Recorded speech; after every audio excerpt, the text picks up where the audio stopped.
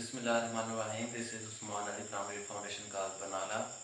Today we are going to study Chemistry Book 2, Chapter number 1. The topic is Introduction to Periodic Table.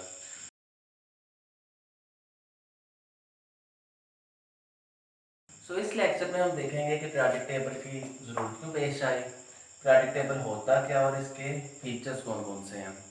सबसे पहले हम देखते हैं कि periodic table की जरूरत क्यों पेश आई। इस चीज़ को एक्सप्लेन करने के लिए मैं आपको एक एग्जांपल देता हूँ घर से। जैसे किचन हर घर में मौजूद होता है। किचन के अंदर कौन कौन सी चीज़ें मौजूद होती हैं। लेट्स से किचन के अंदर प्लेट्स हैं, स्पून्स हैं और कप्स हैं, और ये सारी चीज़ें रैंडमली बिखरी हुई हैं। हमें नहीं पता प्लेट्स कहाँ पे हैं, स्पून्स कहाँ पे हैं और कप्स कहाँ पे हैं। ये आपस में मिक्स हुए पड़े हैं। अब हमें अगर इनमें से किसी एक चीज़ की ज़रूरत है, सपोज कह लें हमें एक प्लेट की ज़रूरत है, तो हमें उसको ढूंढने में काफ़ी टाइम लग जाएगा क्योंकि किसी भी सीक्वेंस के साथ वो नहीं मौजूद है। तो बेहतर है कि हम इनको एक सीक्वेंस के अंदर रख लेते हैं। सीक्वेंस किस तरह से बनाएंगे, हम बना लेते हैं किचन के अंदर कैबिन्स और इनको नंबर दे देते हैं, कैबिन नंबर 1, कैबिन नंबर 2 और कैबिन नंबर 3। कैबिन नंबर 1 के अंदर हम रख देते हैं प्लेट्स को, कैबिन नंबर 2 के अंदर रख देते हैं स्पून को और कैबिन नंबर 3 के अंदर रख देते हैं कप्स को। अब जब भी हमें प्लेट की ज़रूरत होगी तो हमें पता होगा कि हमने कहाँ पे जाना है, कैबिन नंबर 1 में। स्पून की ज़रूरत है तो कहाँ पे जाना है, कैबिन नंबर 2 में। इसी तरह से अगर हमें कप चाहिए तो कहाँ पे जाना है, कैबिन नंबर 3 में। अब आ जाते हैं पीरियोडिक टेबल पे। पीरियोडिक टेबल के साथ ये एग्जाम्पल किस तरह से रिलेट करती है। एलिमेंट्स यूनिवर्स के अंदर काफ़ी ज़्यादा मौजूद है। अब तक तकरीबन 120 एलिमेंट्स डिस्कवर हो चुके हैं। अगर हमने इन एलिमेंट्स को रखा हुआ है रैंडमली, जैसे ऑक्सीजन है, ऑक्सीजन के बाद हाइड्रोजन रख दिया, फिर हमने नाइट्रोजन को रख दिया, फिर लिथियम को, फिर मैग्नीशियम को, ये सारे रैंडमली पड़े हुए हैं, इनमें कोई भी सीक्वेंस मौजूद नहीं है। अगर हम इनको रख देते हैं किसी यूनिफॉर्म सीक्वेंस के अंदर, सीक्वेंस किस तरह से बनाएंगे, हमने इनके बना दिए हैं ग्रुप्स कि ऐसे एलिमेंट्स जिनकी प्रॉपर्टीज एक जैसे होंगे उनको हमने एक ग्रुप में रख देना है। ऐसे एलिमेंट्स जिनकी प्रॉपर्टीज इस ग्रुप वाले मेंबर के साथ मैच नहीं करती उनको हमने ग्रुप नंबर 2 में रख देना है। जैसे कि लिथियम है और सोडियम है, इन दोनों के पास एबिलिटी होती है कि ये अपना एक इलेक्ट्रॉन लूज कर सकते हैं। ये बिलोंग करते हैं एल्कली मेटल से। ग्रुप नंबर 2 के अंदर हमने रख दिया है कैल्शियम और मैग्नीशियम को।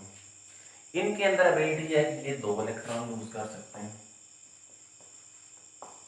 अब ऐसे एलिमेंट जो कि एक इलेक्ट्रॉन लूज कर सकते हैं उनको हमें रख देना है ग्रुप नंबर 1 में।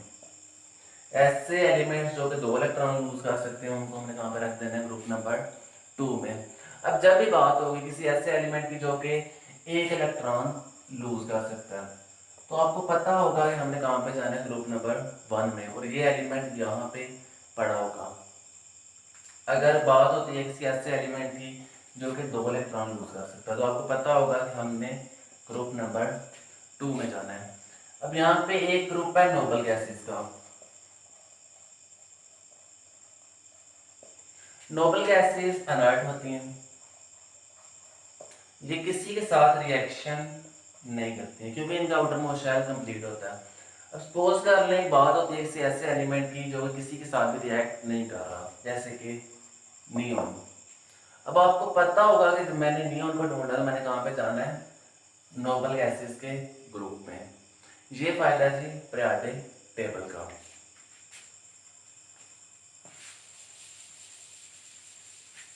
नेक्स्ट हम देख लेते हैं इसकी डेफिनेशन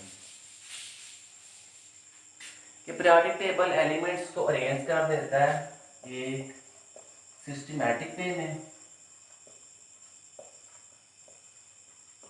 सिस्टमैटिक वे में अरेंज करने का फायदा क्या है कि उनकी फिजिकल एंड केमिकल प्रॉपर्टीज के अंदर पीरियोडिसिटी पाई जाती है।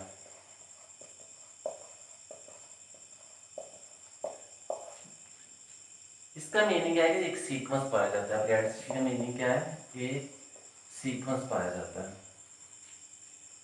अगर हम बात करते हैं कि बॉइलिंग पॉइंट की, किसी एक ग्रुप में ऊपर से नीचे इंक्रीज हो रहा है और उसके अंदर एलिमेंट है ये वाले ए बी सी, और ऊपर से नीचे इंक्रीज हो रहा है बॉइलिंग पॉइंट, तो ए का लो होगा, बी का ए से हायर और सी का सबसे ज्यादा होगा। अच्छा, पीरियोडिक टेबल के फीचर्स कौन कौन से हैं जो मौजूदा हमारे पास पीरियोडिक टेबल है ना, इसके अंदर फीचर्स कौन कौन से मौजूद हैं? इसके एक्सट्रीम लेफ्ट साइड पे ना हमने रखा हुआ है मेटल्स को, मिडल में हमारे पास है मेटलाइड्स, और राइट साइड पे है जी नॉन मेटल्स। अच्छा, जो मेटल्स हैं ये इलेक्ट्रॉन डोनेट कर सकती हैं, ये मेलिएबल एंड डक्टाइल होती हैं, इनसे तारे और चादरें वगैरह बना सकते हैं, इनकी हैमरिंग कर सकते हैं, ये टूटेंगी नहीं। जो नॉन मेटल्स हैं इनकी प्रॉपर्टीज मेटल के उल्ट होंगी, ये इलेक्ट्रॉन एक्सेप्ट करेंगे, मीडियम एंड डक्टाइल नहीं होंगी। और जो मेटलाइड्स हैं इनकी प्रॉपर्टीज इन बिटवीन होंगी मेटल्स एंड नॉन मेटल्स के।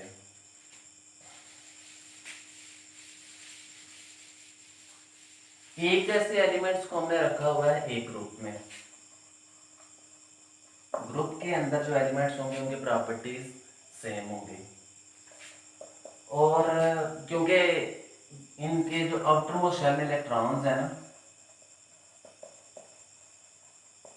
वो सेम होंगे, एक ग्रुप के अंदर जितने भी एलिमेंट्स होंगे उनके आउटर मोस्ट शेल में इलेक्ट्रॉन्स सेम होंगे, और वही उसकी ऑक्सीडेशन स्टेट यहाँ वैलेंसी होगी। बात कर लेते हैं पीरियड्स की। पीरियड्स के अंदर एलिमेंट्स भी यूनिफॉर्म सीक्वेंस के अंदर आएंगे, जैसे एटॉमिक नंबर है तो ये इंक्रीज होता चला जाएगा पीरियड्स के अंदर, और जो पीरियड नंबर है वो शो करता है कि उसके पास कितने शेल्स हैं। सपोज कर लें अगर हम बात करते हैं सेकंड पीरियड की, तो इसके अंदर जितने भी एलिमेंट्स होंगे ना उनके पास 2 शेल होंगे। जैसे लिथियम और ऑक्सीजन है, ये दोनों बिलोंग करते हैं सेकंड ग्रुप से। लिथियम का एटॉमिक नंबर 3 है, ऑक्सीजन का 8 है। लिथियम के पास भी 2 शेल है और ऑक्सीजन के पास भी 2 शेल्स हैं। नेक्स्ट है पीरियोडिक टेबल का हिस्टोरिकल बैकग्राउंड, वो हम देखेंगे नेक्स्ट लेक्चर में। थैंक यू जी, अल्लाह हाफिज़।